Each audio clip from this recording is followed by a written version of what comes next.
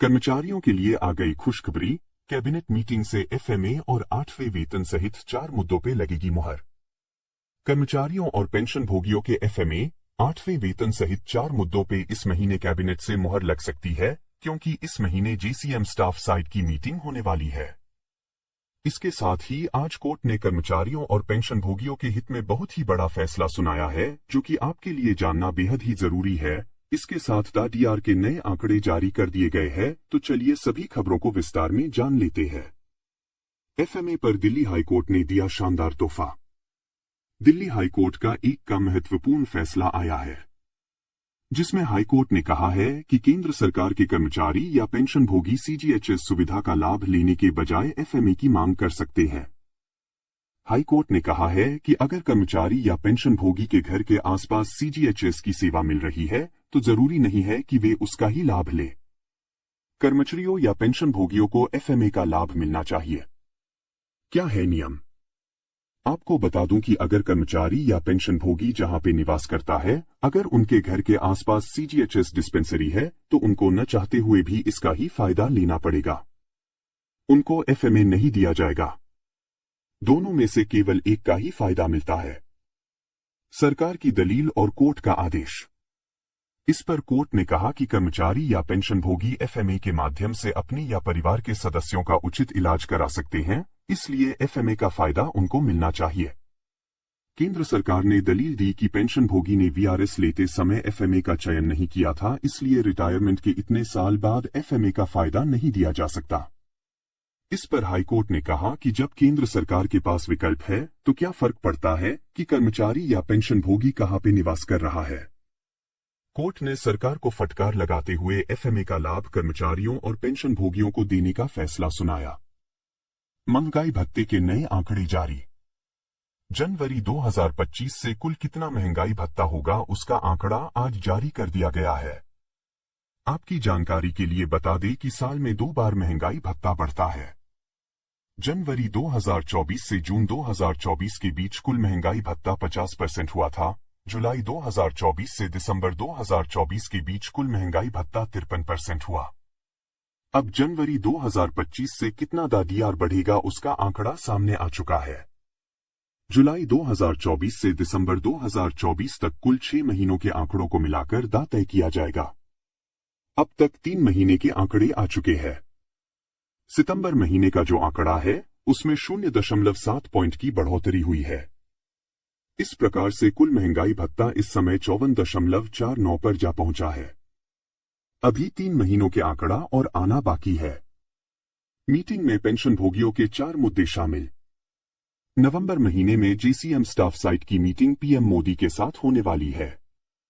ऐसे में इस मीटिंग से पेंशन भोगियों के कुछ मुद्दों को शामिल किया गया है, तो चलिए आपको बता दें कि इस मीटिंग में कौन कौन से मुद्दे के ऊपर चर्चा होने वाली है।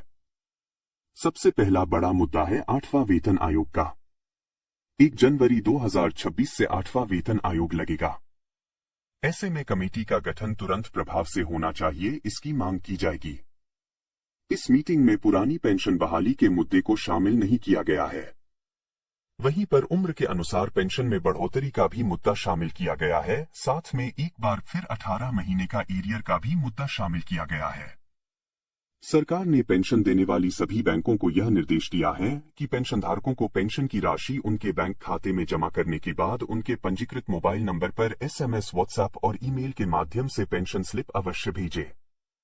पेंशन स्लिप का प्रारूप पेंशनधारकों के लिए एक उपयुक्त, सुव्यवस्थित और स्पष्ट तरीके से डिजाइन किया जाना चाहिए, ताकि सभी आयु वर्ग के पेंशनधारक इसे आसानी से पढ़ सके। पेंशन स्लिप में इन मुद्दों का किया जाए समावेश।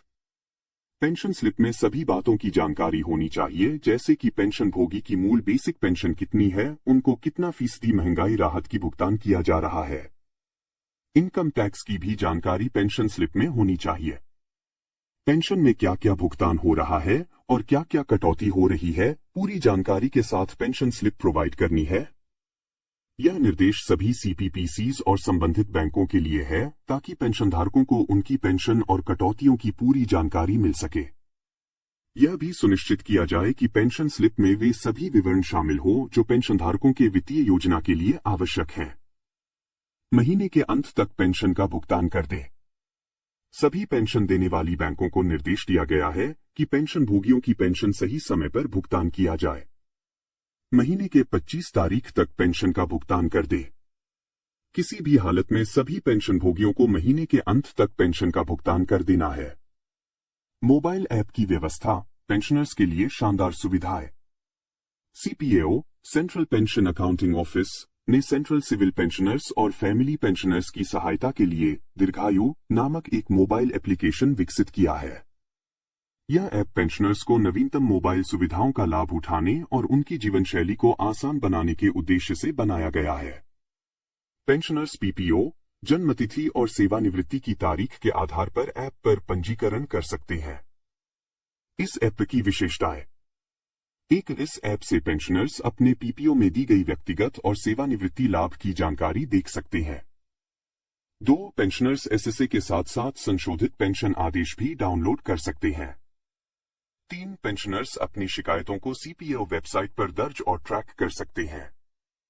4. ऐप में पिछले 24 लेनदेन और मासिक बैंक अकाउंट स्टेटमेंट देखने की सुविधा उपलब्ध है।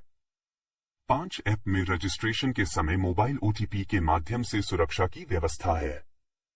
एमपिन सुविधा का भी प्रावधान किया गया है ताकि पेंशनर्स की जानकारी सुरक्षित रहे। 6. ऐप हिंदी भाषा में भी उपलब्ध है, जिससे हिंदी भाषी पेंशनर्स इसे आसानी से उपयोग कर सकें। यह ऐप पेंशनर्स को उनकी पेंशन से जुड़ी जानकारी और सुविधाओं तक सरल पहुंच प्रदान करता है, जिससे उनके जीवन में अधिक सुविधा और सुरक्षा मिल सके।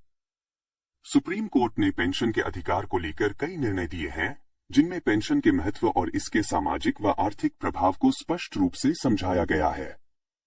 सुप्रीम कोर्ट के अनुसार पेंशन का उद्देश्य मृतक सरकारी कर्मचारियों के आश्रितों, विशेषकर विधवाओं और नाबालिग बच्चों के जीवन यापन के लिए आर्थिक सहायता प्रदान करना है। इस संदर्भ में सुप्रीम कोर्ट के ये निर्णय महत्वपूर्ण हैं, क्योंकि ये सरकार और प्रशासन को पेंशन नियमों का सही अनुपालन सुनिश्चित करने की दिशा में मार्गदर्शन देते हैं। आइए इन निर्णयों के प्रभाव को और भी गहराई से समझते हैं।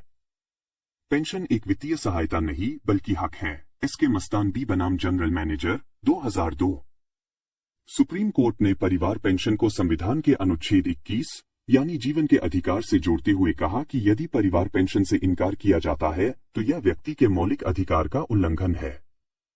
इससे स्पष्ट होता है कि पेंशन केवल एक वित्तीय सहायता नहीं है, बल्कि एक ऐसा हक है जो परिवार के अस्तित्व और जीवन की गुणवत्ता को सुरक्षित रखता है। पेंशन कल्याणकारी योजना का उद्देश्य। वायलेट इसाक बनाम भारत संघ 1991 का मामला।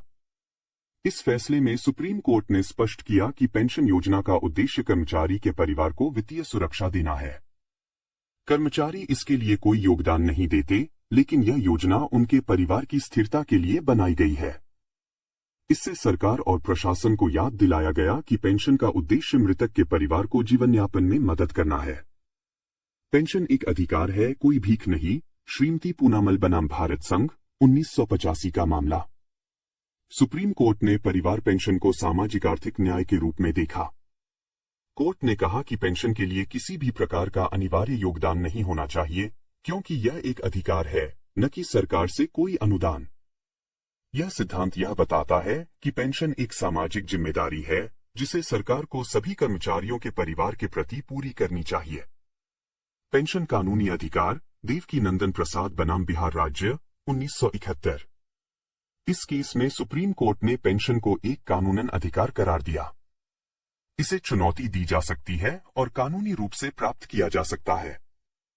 यह निर्णय सरकारी विभागों को याद दिलाता है कि पेंशन के भुगतान में लापरवाही या देरी उनके द्वारा दी गई जिम्मेदारी का उल्लंघन है। वसीयती दस्तावेज का प्रभाव। जोध सिंह बनाम भारत संघ।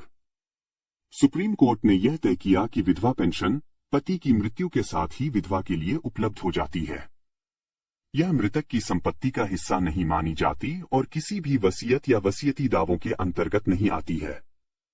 इस निर्णय ने पेंशन को मृतक की व्यक्तिगत संपत्ति से अलग करने का काम किया। निष्कर्ष। सुप्रीम कोर्ट के इन फैसलों ने परिवार पेंशन के महत्व को और भी स्पष्ट कर दिया है। परिवार पेंशन केवल आर्थिक मदद नहीं है, बल्कि यह परिवार के अस्तित्व और उनके जीवन की गुणवत्ता को बनाए रखने का एक अधिकार है। यह उन परिवारों के लिए एक सुरक्षा कवच है जो सरकारी कर्मचारी की मृत्यु के बाद आर्थिक संकट का सामना कर रहे होते हैं। इन निर्णयों ने सरकारी विभागों को यह सुनिश्चित करने की जिम्मेदारी दी है कि परिवार पेंशन का भुगतान सही समय पर हो और इसमें किसी भी प्रकार की देरी या